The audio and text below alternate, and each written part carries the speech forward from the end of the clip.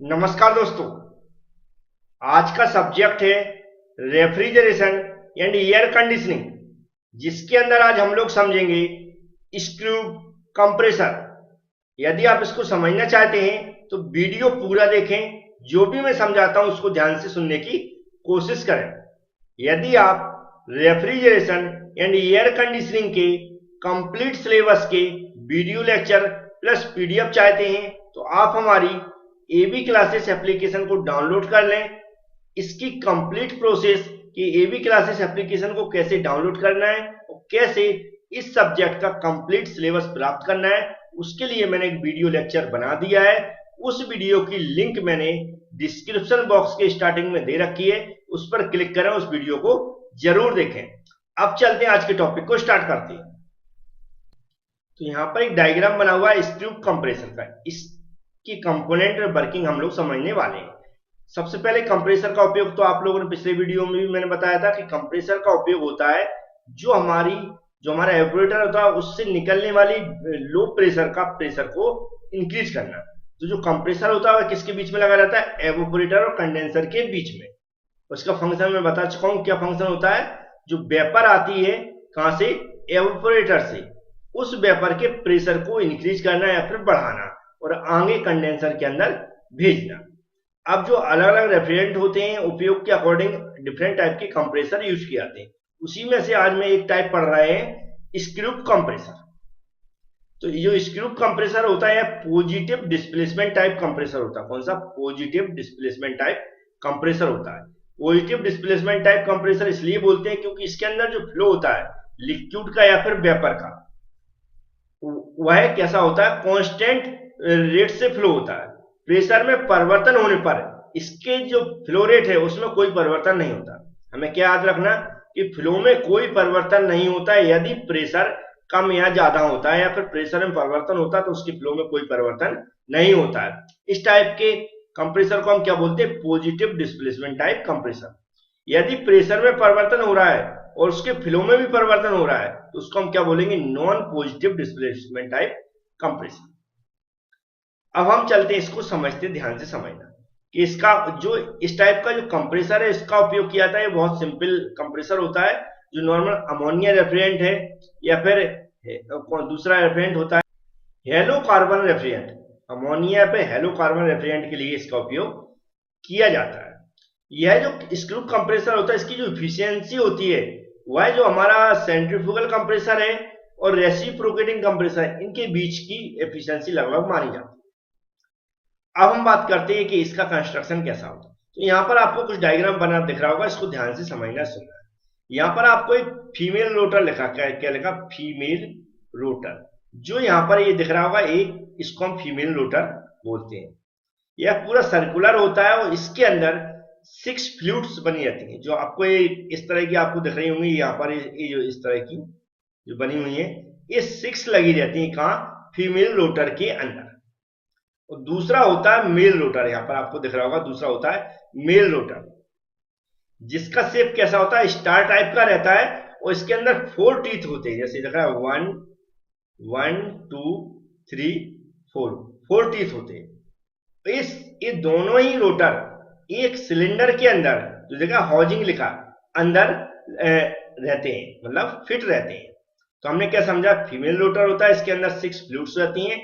एक mail rotor होता है जिसके अंदर स्टार टाइप का रहता है और 4 टीथ लगे रहते हैं। जो मेल रोटर होता है यह ड्राइवर का काम करता है। मतलब मेल रोटर घूमता है तो उसके साथ फीमेल रोटर घूमती है। तो ड्राइवर का काम कौन सा करता है? फीमेल रोटर करती है और ड्राइवर का काम कौन सा करता है? मेल रोटर करता है। ये भी आपको समझ में आ गया होगा।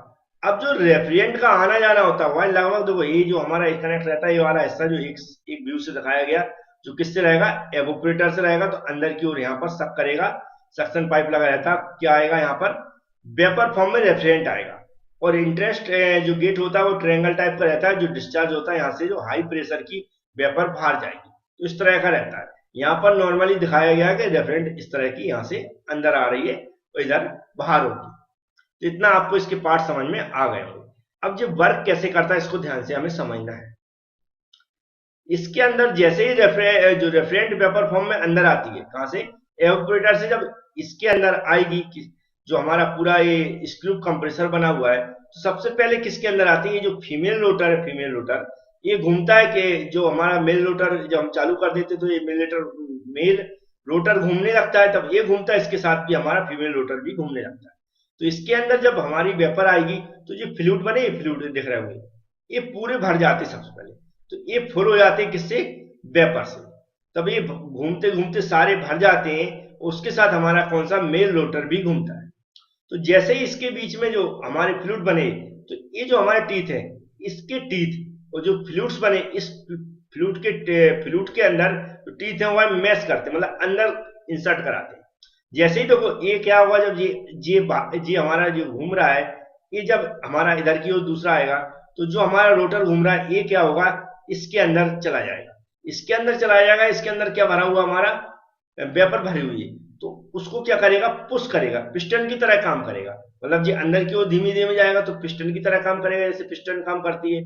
तो एक इसके अंदर जो हमारा वेपर भरी उसको पुश करेगा, मतलब उसके प्रेशर को इंक्रीज करेगा, तो वह तेजी से बाहर की ओर निकलेगा। इसी तरह क्या होगा, फिर जब दूसरा फ्लूट आएगा तो उसके अंदर दूसरा टीथ मैश करेगा। तो इस तरह ये पूरे 6 टीथ कंटिन्यू घूमते रहते हैं, और जो हमारे मेल रोटर है उसके टीथ इसके अंदर मैश करते रहते हैं। तो जैसे ही मैश करते रहते हैं वह धीमे धीमे धीमे क्या करता है, इसके जो पूरा हमारा व्यापार है उसका प्रेशर धीमे धीमे क्या हो जाता है, इंक्रीज हो जाता है या बढ़ जाता है। जैसे ही प्रेशर बढ़ेगा जो कंटिन्यू घूमता रहता है, प्रेशर धीमे धीमे इंक्रीज होता रहता है, प्रेशर इतना बढ़ जाता है कि जो हमारा इसका डिस्चार्ज वाला वॉल्व है वह ओपन हो जाता है, वह कब ओपन हो जाता है, तो वहां से क्या होता है, हमारी जो वेपर है वह डिस्चार्ज हो जाती है।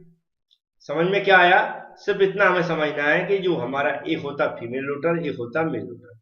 मेल रोटर हमारा घूमता है तो इसके साथ कनेक्ट रहता है फीमेल रोटर, तो मेल रोटर के साथ फीमेल रोटर घूमने लगती है।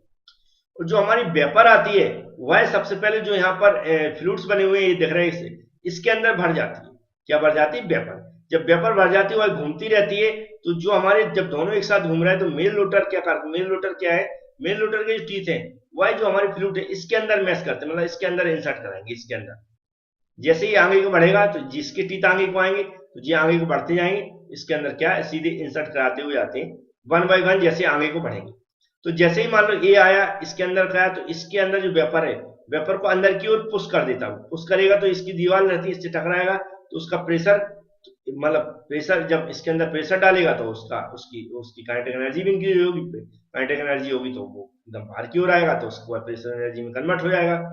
तो इस तरह क्या होगा, फिर दूसरा आएगा, दूसरे के साथ भी ऐसा होगा, तीसरे, मतलब सभी के अंदर क्या होते हैं, टीथ वन बाई वन जाते हैं और उसके प्रेशर को इंक्रीज करते हैं, और धीमे धीमे प्रेशर बढ़ता है, और धीमे धीमे प्रेशर बढ़ता जाता है, तो प्रेशर इतना बढ़ जाता है कि उसका जो हमारा एंट्रेंस, जो हमारा डिस्चार्ज गेट है वह ओपन हो जाता है, तो वहां से हमारी जो हमारी वेपर है, हाई प्रेशर वाली वेपर, वह कंडेंसर के अंदर चली जाती है। तो उम्मीद है इसका डायग्राम आप बना पाएंगे, उसको एक्सप्लेन भी कर पाएंगे। अगर एक्सप्लेन करने में प्रॉब्लम आती तो पीडीएफ आप जरूर देख लें, आप जो हमने बताया एप्लीकेशन के अंदर आपको मिल जाएगी। एप्लीकेशन की कंप्लीट प्रोसेस के लिए मैंने वीडियो बना दिया, डिस्क्रिप्शन बॉक्स में दे दिया। Thank you friends.